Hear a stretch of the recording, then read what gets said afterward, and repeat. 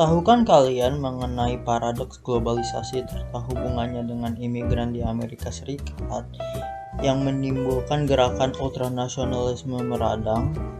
Sebelum membahas mengenai hal tersebut, mari kita pahami terlebih dahulu mengenai arti globalisasi dan paradoks globalisasi tersebut. Globalisasi adalah sebuah gagasan menarik, namun dalam perkembangannya ia memperlihatkan banyak paradoks. Definisi tentangnya juga sangat aneka ragam. Kadang ia dipadankan dengan globalisme. Seperti globalisme, tak jarang pula ia dikaitkan dengan modernisme dan modernitas. Suatu keharusan sejarah agar suatu masyarakat negara dianggap maju. Dilihat dari perjalanan sejarah yang panjang, ia kerap diartikan sebagai perluasan kapitalisme. John Naisbitt dalam bukunya Global Paradox menyebutkan bahwa globalisasi ini memiliki sifat paradoks.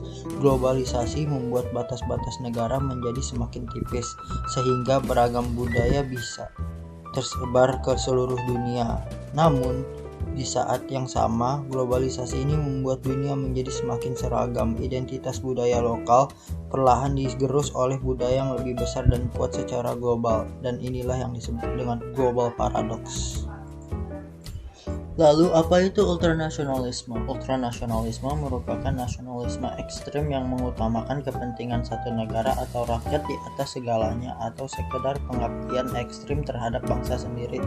Ultranasionalisme dipadukan dengan pernyataan kelahiran kembali nasional sebagai fondasi penting dari fasisme.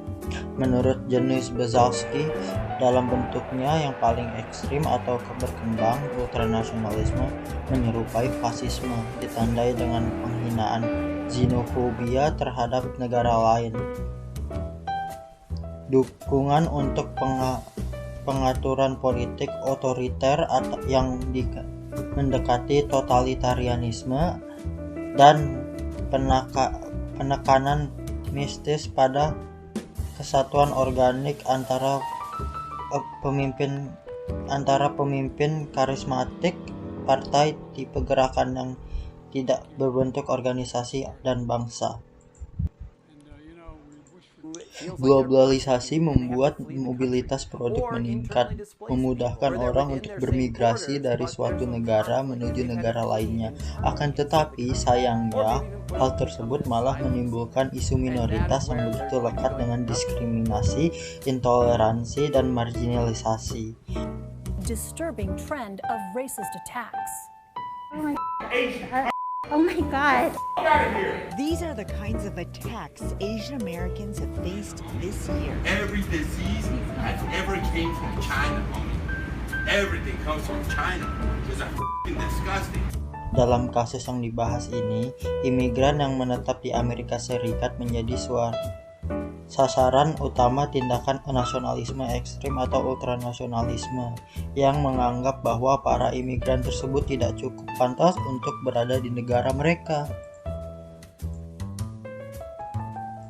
Lantas dari manakah imigran-imigran di Amerika Serikat datang? Faktanya, mayoritas dari imigran ini berasal dari Meksiko, negara tetangga Amerika Serikat sendiri.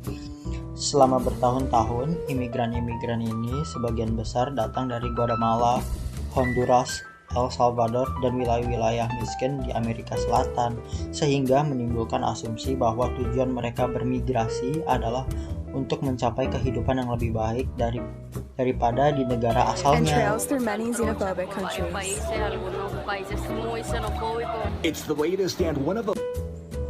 Tentu, pemerintah Amerika Serikat tidak tinggal diam mengetahui fakta adanya banyak imigran ilegal yang datang ke negaranya. Sejak dulu telah banyak kebijakan yang dibuat untuk mengatasi masalah imigran tersebut. Sebagai contoh, kebijakan pembangunan tembok perbatasan Meksiko dan Amerika Serikat sepanjang hampir 2000 mil melewati 4 negara bagian pada masa pemerintahan Donald Trump, di mana menurut laporan yang tercatat di US Department of Homeland Security, dana yang dibutuhkan untuk membangun tembok adalah mencapai $21,6 miliar.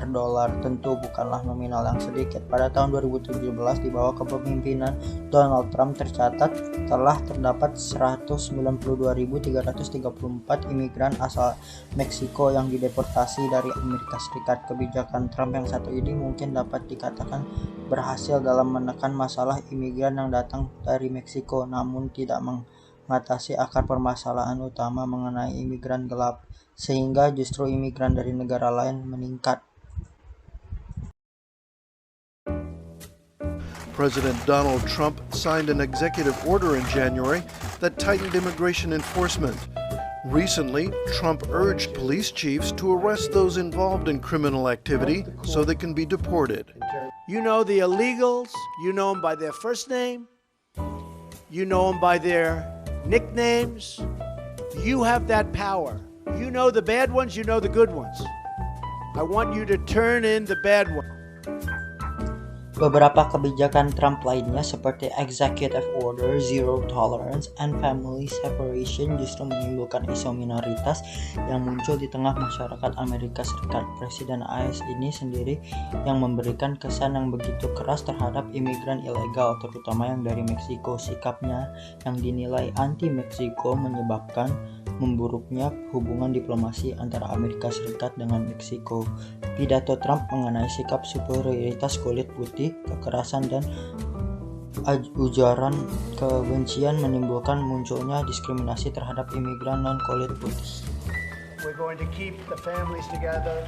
I didn't like the sight or the feeling of families being separated. At the same time, we are keeping a very powerful border, and it continues to be a zero tolerance. We have zero tolerance for people that enter our country illegally. Under increasing political pressure, President Trump signed an executive order today that temporarily Kebijakan inefisiensi yang dijalankan selama masa pemerintahan Trump dianggap tidak mengatasi asal permasalahan imigran oleh Joe Biden. 6728 disapproved. Quinnipiac 6627 disapproved. CBS 6717 disapproved. We see some consistency. Well, there's 2/3 of the country. But I think to a point Sarah made though is an important one, and I think probably that base, that number is the one that started to change. That's where the shrinkage really began, because all those other Republicans were already outraged. The watch for those members of Congress was how were those folks in the district who have been card-carrying, hard-charging Trumpers from the very beginning going to respond. Presiden Amerika Serikat yang menjabat setelah Donald Trump. Untuk itu, Biden menombak kebijakan Executive Order masa pemerintahan Trump, menyatukan kembali keluarga yang terpisah akibat kebijakan Family Separation, dan bahkan menghentikan pembangunan tembok di perbatasan.